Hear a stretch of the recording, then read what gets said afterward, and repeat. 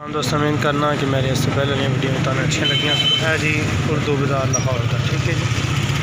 तो उर्दू बाज़ार लाहौर का दिखावे इस वीडियो के अंदर कि टी स्टाल जिन्हें बुक वगैरह ने और हर चीज़ मिलती है, किताबा बच्चों की तमाम साइज दी, ठीक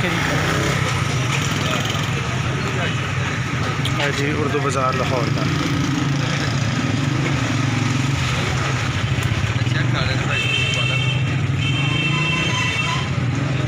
रट सिस्टम नामंजूर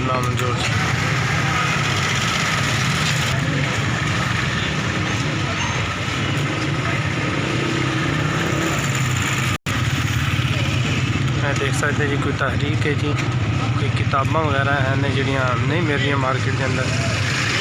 हम सियासी तजर्बा गाह नहीं, 70 तालिब इल्मों को टेक्स्ट बुक फराम न करने की साजिश, नामंजूर, ठीक है जी। उर्दू बाज़ार के अंदर माहौल उर्दू बाज़ार है जी, जो तुम दिखा रहे हैं जी।